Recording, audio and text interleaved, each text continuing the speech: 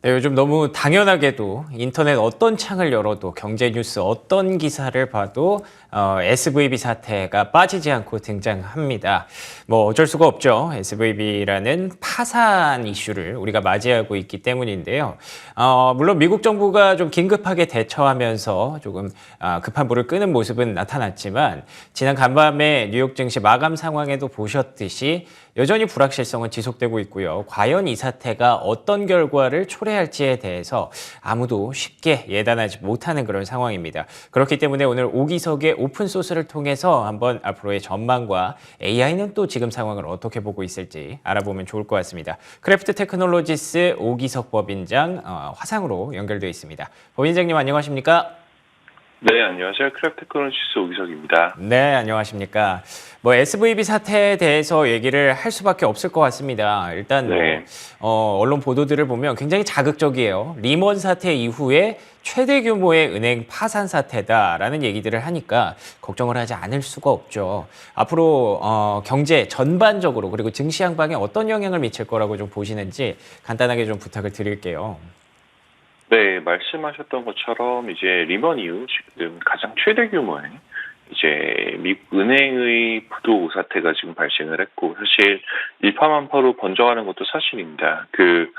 우선 주식시장으로만 좀 한정해서 본다라고 하면 작년 10월 말 이후로 미국 주식시장의 변동성이 좀 줄어들고 있었었거든요. 근데 다만 지금 이제 실리콘밸리 은행의 부도 사건 이후로 시장의 변동성이 지금 급증하고 있는 그런 상태고요. 사실 어제 같은 경우는 장 초반에는 잠잠했었던 빅스가 지금 장 초반 30 이상까지 지금 상승을 하면서 시장의 두려움이 좀 극대화되는 그런 모습을 보이고 있습니다. 지금 앞으로의 해결책 같은 경우는 우선은 이제 미국 정부에서 실리콘밸리 은행 예금자의 예금 전액을 보호하겠다라고 이제 나서긴 했지만, 어제 실리콘밸리 은행의 영국 지부 같은 경우는 HSBC가 1파운드 단돈 한 1,800원 정도에 지금 사가면서 매각이 시작이 됐고요. 앞으로 이제 미국에 있는 실리콘밸리 은행의 본사는 어떻게 될지, 아니면 나머지 지금 중국의 사실 상하이 푸동은행하고도 지금 조인트 벤처가 있는데, 전 세계적으로 펼쳐져 있는 지금 실리콘밸리 은행의 네트워크가 어떻게 이제 앞으로 전개가 될지라는 부분의 불확실성이 굉장히 큰 상태입니다. 지금 미국의 규제 당국, 그리고 또 글로벌 은행의 경영진들, 그리고 다양한 이제 주주들을 포함한 이해관계자, 그리고 언론과 대중 간에 굉장히 좀 불확실한 이제 줄다리기가 이어질 가능성이 이제 크고요. 말씀드렸던 것처럼 이제 실리콘밸리 은행이라는 첫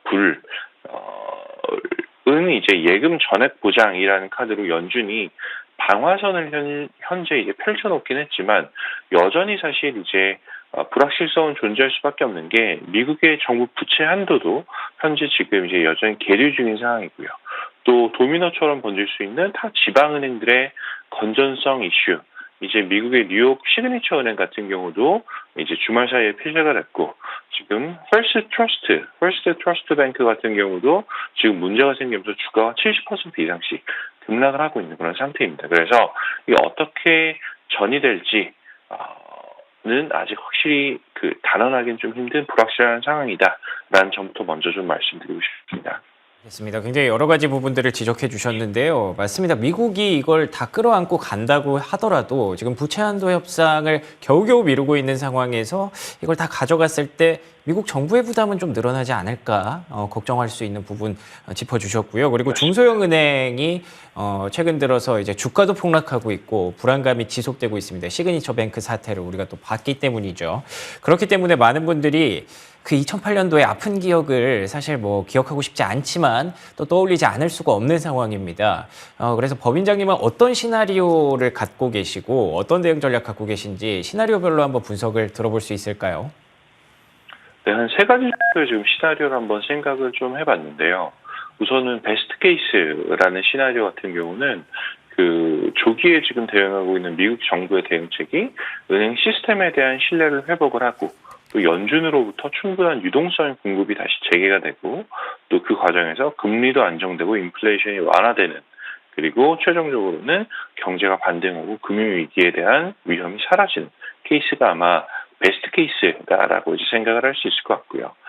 그 현실적인 기본 케이스 같은 경우는 일부 고객들은 여전히 이제 다른 은행에서 돈을 인출하는 이제 좀 불확실한 지방 중소형 은행이라든지 혹은 이번에 실리콘밸리 은행의 케이스가 됐던 것처럼 뭔가 암호화폐라든지 아니면 스타트업 생태계에 노출이 많이 되어 있는 그런 은행으로부터는 자금을 인출해서 초대형 은행, 뭐 시티라든지 아니면 웰스파고 같은 초대형 은행으로 이제 자금을 이제 재예치시키는 이제 그런 과정이 일어날 수가 있고요. 그리고 FDIC 미국으로 보면 예금보험공사라고 볼 수가 있을 것 같은데 여기서 실패한 은행들의 결국 자산을 청산을 해야 되거든요.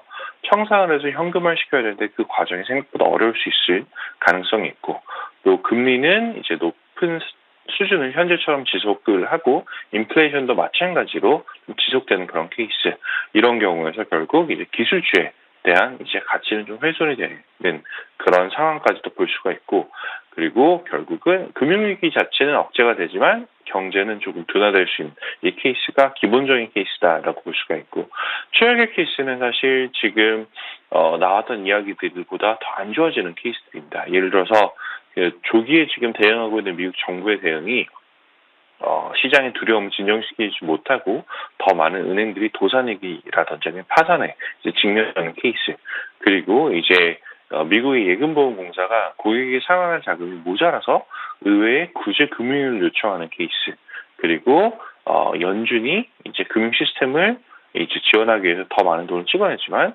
달러 가치가 폭락한다라든지 아니면 금리가 지속적으로 급등하는 그런 모습을 보이면서 인플레이션에 오히려 악영향을 주는 케이스.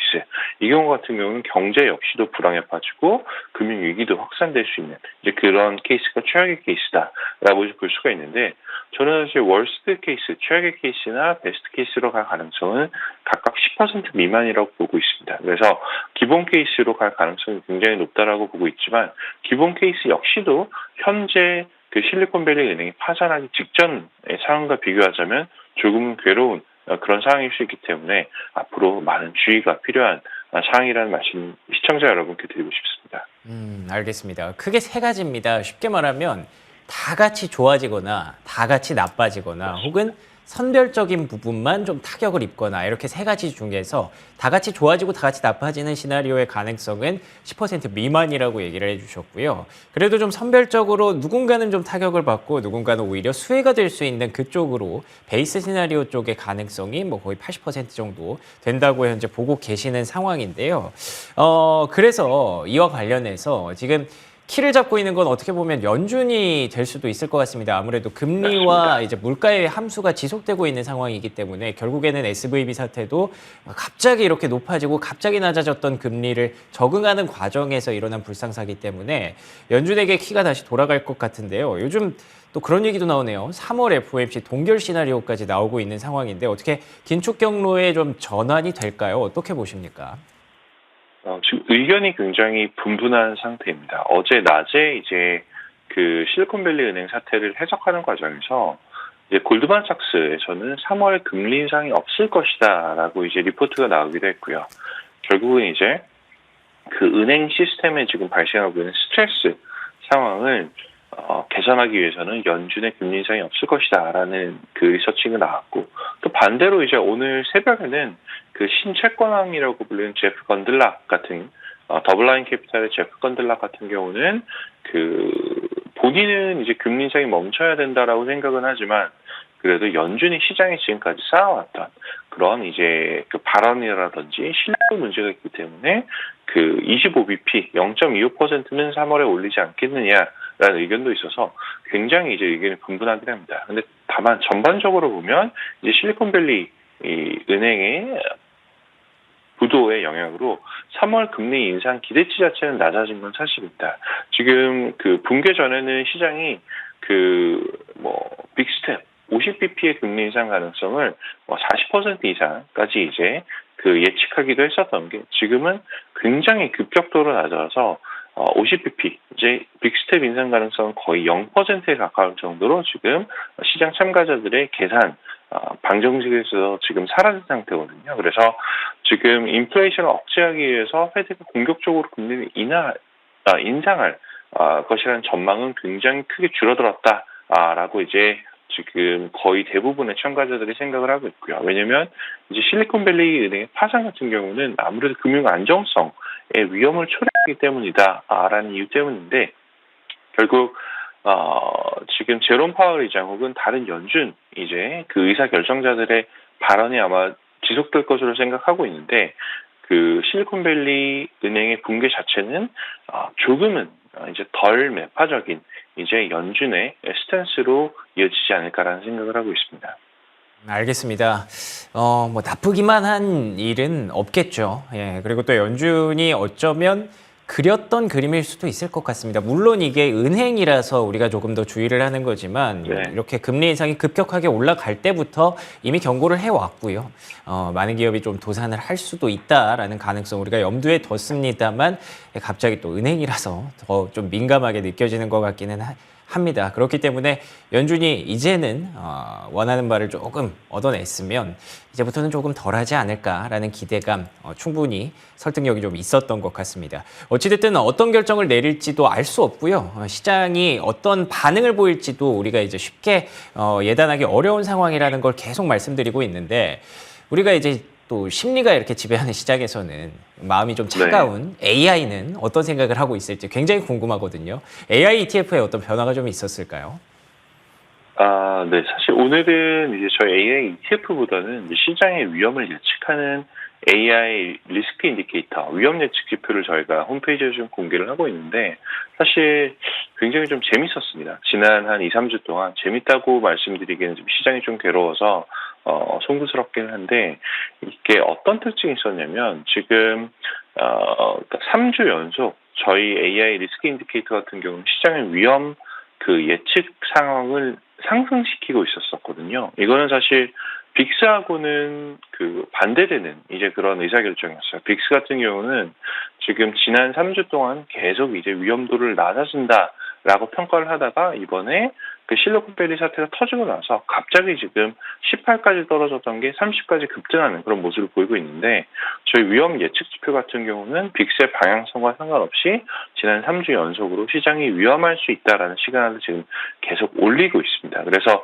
지금 화면에 보실 수 있다면 지금 저희 그 리스크 인디케이터는 그 100이 최대 위험 예측치인데 지난주에도 이미 이제 위험 주의보까지 이제 상승을 올렸던 이제 그런 케이스를 볼 수가 있고요. 지금 현재 저희 인공지능 예측 모델의 3대 변수를 보면 첫 번째로는 미국 주식시장의 변동성, 두 번째는 미국에 있는 AAA 회사채 금리, 그 세 번째로는 미국 대형주 1개월 모멘텀을 3대 변수로 파악을 하고 있는데 빅스 같은 경우는 이제 말씀드렸던 것처럼 그 잔잔하게 계속 오히려 하락을 하고 있다가 그 실리콘밸리 사태가 터진 이후에 이제 후행적으로 지금 올라가는 모습을 보이고 있는데 그 저희 모델은 뭐 하나의 변수로는 이제 지금 파악을 하고 있고요.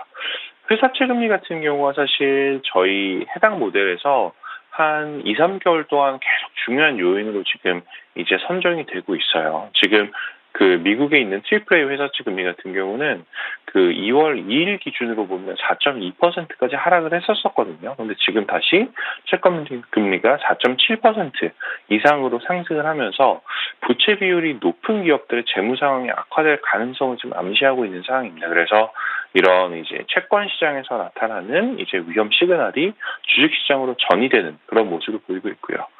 다만 이제 뭐 최악의 상황은 아니다라고 하나 해석할 수 있는 거는 물론 현재 시장이 어렵긴 하지만 미국 S&P 500 지수가 과거 1개월 모멘텀을 보면 다시 마이너스 5% 정도를 기록을 하고 있습니다. 물론 이제 1개월 동안 5% 빠졌다라는 게 전혀 좋은 신호는 아니긴 하지만 과거 1년 정도 패턴을 확인해 보면 1개월 수익률 하락폭이 한 마이너스 5에서 마이너스 9% 정도에 도달하면 단기 사이클상 바닥을 확인하는 혹은 형성하는 경우들이 많았거든요. 이를 감안을 해보면 현재 지금 실리콘밸리 은행의 사태로 급격하게 하락 중인 그런 이제 하락세는 어쩌면 조만간 바닥을 형성할 수도 있겠다라는 그 정도 해석까지도 한번 해볼 수 있을 것 같습니다. 알겠습니다. AI가 벌써 2주 전부터 리스크를 좀 감지하고 있었다는 걸 보니까 확실히 모르겠습니다. 다른 건 몰라도 저보다는 확실히 낫네요. 라는 생각이 좀 들고요. AI 관련주로 다시 투자를 좀 몰아가야 되는 건 아닐까라는 생각을 한번 해봤습니다. 어찌됐든 현재 증시 하락세가 좀 나타나면서 다시 한번 바닥 형성 가능성에 대한 시그널들을 AI가 또 감지하고 있다는 거, 이 부분도 여러분들 챙겨가시면 좋을 것 같습니다. 자, 지금까지 어지러운 시장 속에서 크래프트 테크놀로지스 오기석 법인장과 함께 해결책들을 한번 찾아봤습니다. 법인장님, 오늘도 좋은 말씀 고맙습니다. 네, 감사합니다.